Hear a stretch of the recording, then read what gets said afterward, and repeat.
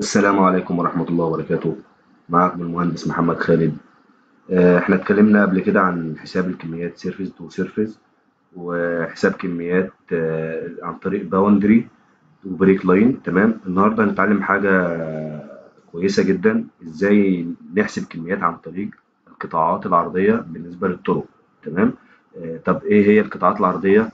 القطاعات العرضية دي ان انا مثلا اعمل سطحين، تمام، سطح الارض الطبيعية وسطح الفينش، ارسم مسار ما بينهم، تعريف المسار بالاينمنت، تحديد المسار وعمل بروفايل على المسار الموجود، ان انا عايز اعمل بروفايل للارض الطبيعيه. تمام، والفينش برضه نفس النظام. عامل اسمبلي، التعديل على العروض والميول. تمام، عامل سمبل لاين، عمل كوريدور، وفي الاخر اطلع الكميه بتاعتي. تعالى نتعلم الكلام ده. انا هختصر عليكم، تمام، لان درسنا طويل جدا، وانا هختصر على قد ما اقدر. يعني في حاجات انا مش هدخل فيها علشان خاطر الناس اللي لسه مبتدئه او الناس المتوسطه اللي بتشتغل على السيفل ما تتعبش. يلا بينا. اول حاجه هعملها، عندي سطحين، تمام، هضيف البوينت جروب بتاعهم وليكن ان جي ال، وهظبط الصيغه وهسمي الان جي ال.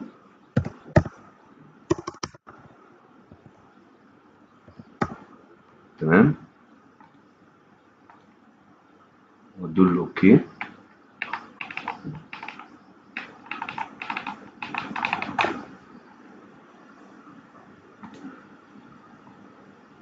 واعمل سيرفيس، اسميه برضه نفس نظام الان جي ال يا شباب. اوكي، هعرف السيرفيس ده بالبوينت جروب الموجود معايا. ديفينيشن بوينت جروب اد الان جي ال. تمام، كده كده اتعمل لي سيرفيس. ممكن انا اخفي النقط دي، مش محتاجها في حاجه دلوقتي. تمام كده. طيب، ايه تاني يا باشمهندسين؟ الحاجه التانيه ان انا اضيف السطح الفينش. نفس النظام. انا جايب لكم حاجه ايه تقريبا كده على السريع، عشان خاطر الفيديو بتاعنا طويل جدا، عشان عايز اختصر عليكم.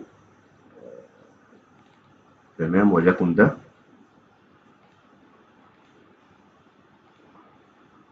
هنسميه فينش مثلا او بي جي ال. يبقى احنا الارض الطبيعيه دي ان جي ال، والفينش عندنا اسمه بي جي ال. تمام كده.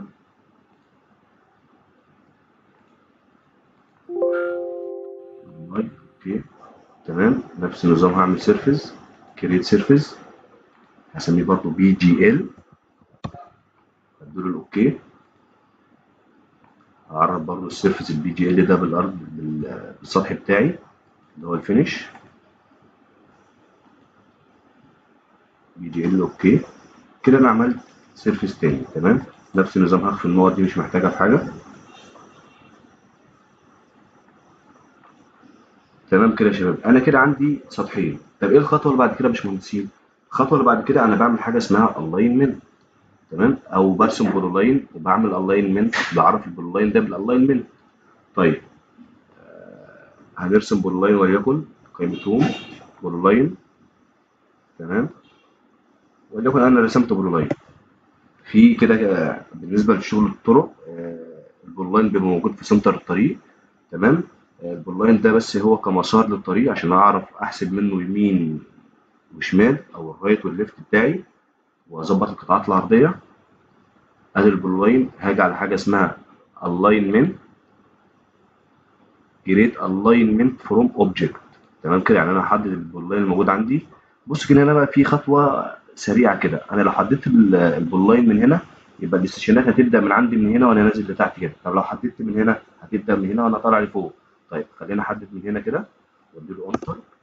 هو بيقول لي هل انت هتحدد الاستشانات من هنا حتى لو خدت بالك هو عامل لي سهم لتحت، ولا هتعدل الناحيه الثانيه ريفرنس؟ لا يا باشا، هقول له زي ما انا كده اوكي.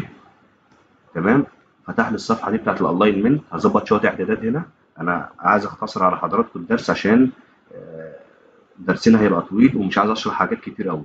تمام، اللي انا محتاجه من هنا هغير دي بس، ميجر قول لي. تمام، وهلغي السرعه، مش محتاج حاجه، وهديله اوكي. خلاص الاستشارات دلوقتي معايا نزلت. طب ايه الخطوه اللي بعد كده يا باشمهندس محمد؟ الخطوه اللي بعد كده بعد ما عملت السيرفيس الارض الطبيعيه، سيرفيس للفينش، عملت انا السنتر بتاع الطريق وليكن اللي هو رسمته انا دلوقتي ده. طيب هعمل حاجه اسمها البروفايل، هحدد كده على الالاينمنت الموجود عندي ده، وهاجي على سيرفيس بروفايل اللي فوق دي كده، هضغط عليها. طيب هنا انا عندي حاجتين، هنا بيقول لي سيلكت سيرفيس وجايب لي اد. انا عايز اضيف السطحين دول موجود هنا في الخانه بتاعتي دي. هضغط على اول ال جي ال كده، وبعدين هاجي على اد، وبعدين هاجي على البي جي ال، ونفس النظام هاجي على اد بروفايل فيو. تمام، كريت في اي جنب ده ده البروفايل بتاعي. طيب في حاجه غريبه يا باشمهندسين انتوا مش واخدين بالكم منها، انا عندي المناسيب زي بعضها، عندي 3 28 و3 29. تمام كده. طيب ايه العمل؟ اضغط كليك يمين على البروفايل كده، احدده واضغط عليه، بروفايل فيو بروبرتيز.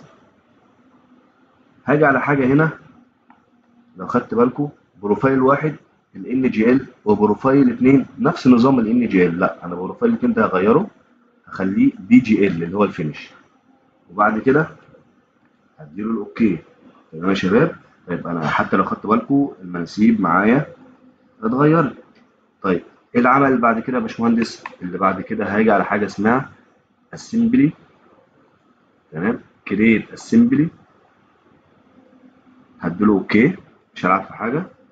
هاجي على منطقه فاضيه كده واضغط كده، نزل الحاجه بتاعتي. هاجي على حاجه من هنا اللي هي الطبقات. تمام، هاجي على حاجه اسمها لينس. تمام يا شباب. فين الليارات اللي هنا؟ في كذا حاجه هنا وكذا، في حاجات كتير قوي هنا، ازيد من 100 طريقه ممكن تحسب بقى الكميات القطاعات العرضيه. تمام، لكن انا عايز اختصر على حضراتكم الدرس. بعد ما نيجي على لينس،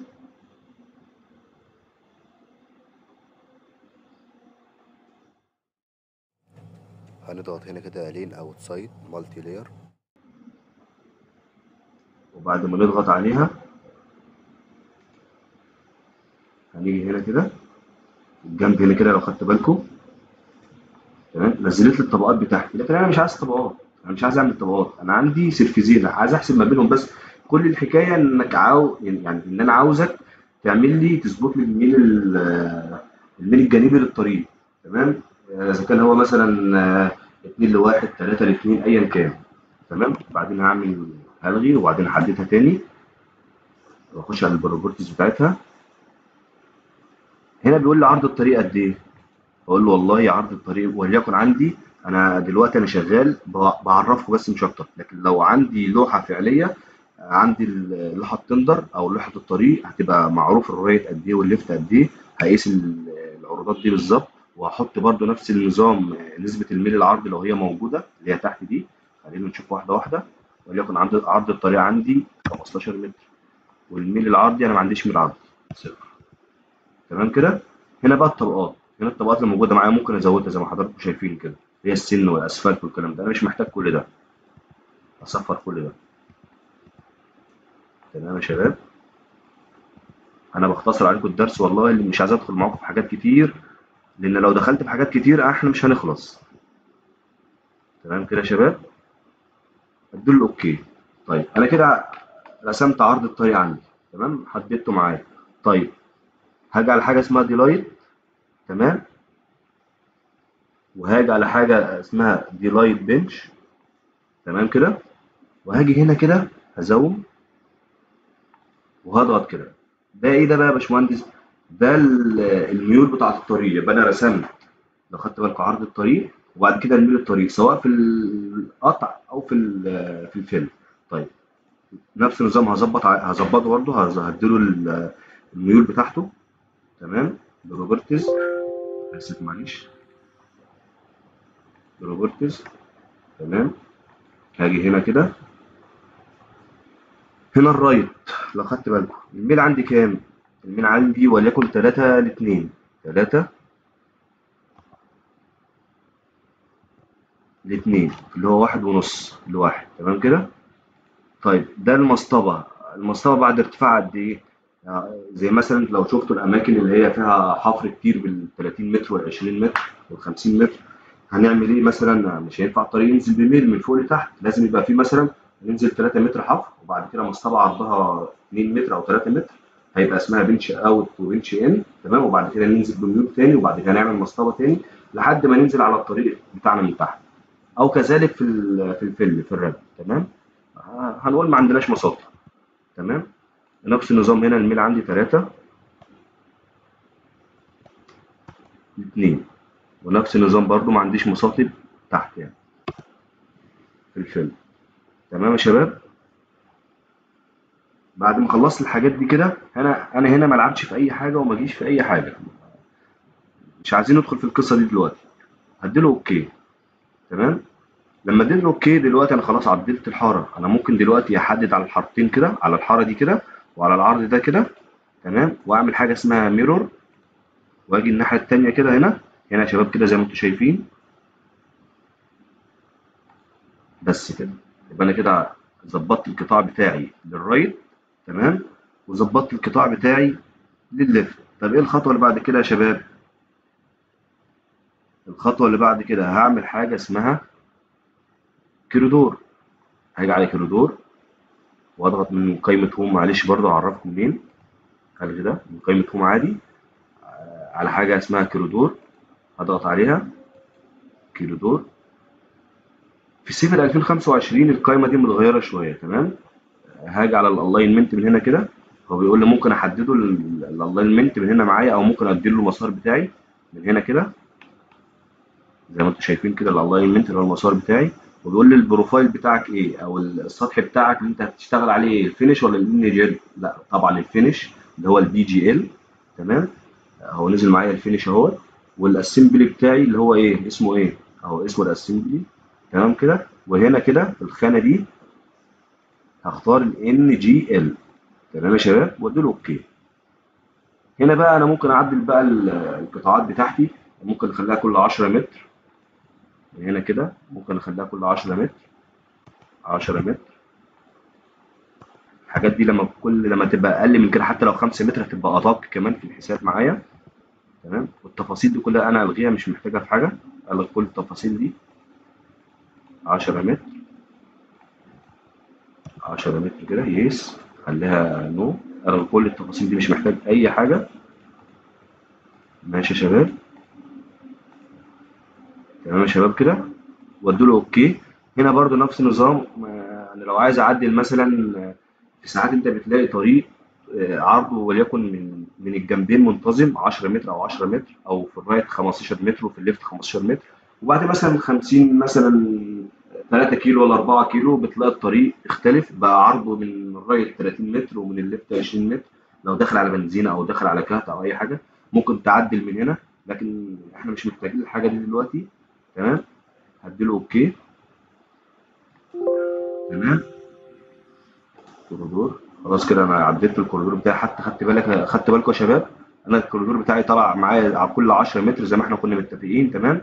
وده الميل، ده الميل بتاعنا. انا لو حددت كده وجيت هنا كده على اوبجكت فيو، خدتوا بالكم يا شباب، بص كده رسم لي الميل بتاعي سواء للقطع او للرد، تمام. هقفل دي. طيب ايه الخطوه اللي بعد كده يا باشمهندسين؟ الخطوه اللي بعد كده هاجي على حاجه اسمها سيمبلي، تمام كده.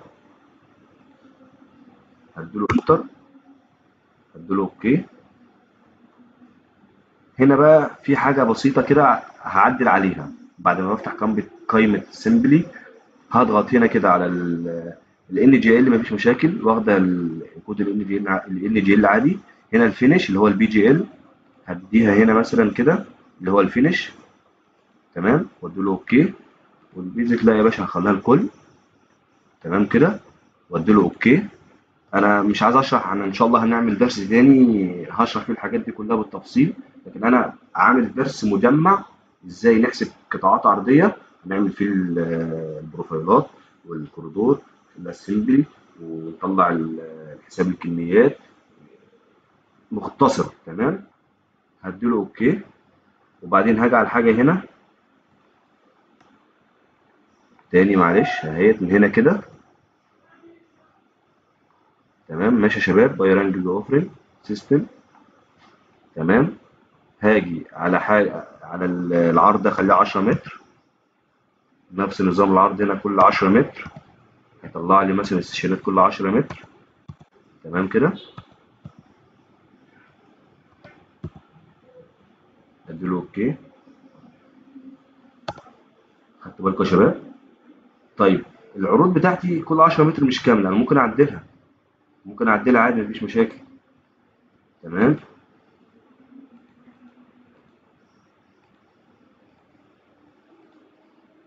هاجي تاني على السنجل، هاجي هنا كده على السهم اللي تحت ده، اخليها مثلا كل 20 متر عشان ما يبقاش في تقصير معايا.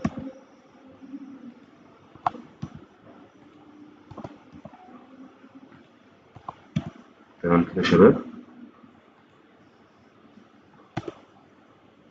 تمام كده، خلاص كده انا العروض بتاعتي تمام، ما فيهاش مشاكل بالنسبه لي، اتظبطت معايا كل 20 متر، وممكن ازودها اكتر من كده لكن مش هتفرق معايا في حاجه. خلاص، ايه الخطوه اللي بعد كده يا شباب؟ الخطوه اللي بعد كده هاجي على حاجه اسمها انالايز. تمام. وهاجي على، هي معلش الكلمه هي صغيره كده، هضغط هنا كده كومبيوت ماتيريالز، هديله اوكي. هاجي هنا كده على ال جي ال، وهاجي على الخانه اللي تحت الداتا اللي هو البي جي ال. تمام. واديله اوكي. طيب انا خلاص بقى، انا كده حسبت الكميات، انا محتاج بقى اطلع الحاجات دي او الجدول ده في التيبل على الشاشه. هعمل ايه؟ اضغط على توتال فوليوم تيبل هنا برضو، لان انا لو معايا كذا طريق او كذا مسار او كذا حاجه انا بحسب عليها، ممكن اختارها ايه اللي انا عايز اعرضه على الشاشه. مش عايز برضه اطول عليكم في الفيديو وادخل واشتت دماغكم في حاجات تانية. نضغط اوكي، هو مفيش غيره.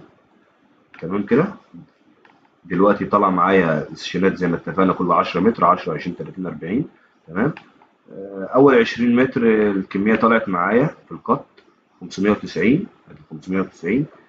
بعد كده في السيشن 30 بقت 694، و590 بقى الاجمالي بتاعهم كذا، وكذا بقت كذا. تمام. عندي ستيشن 120 الاجمالي كامله عامله 6097 متر.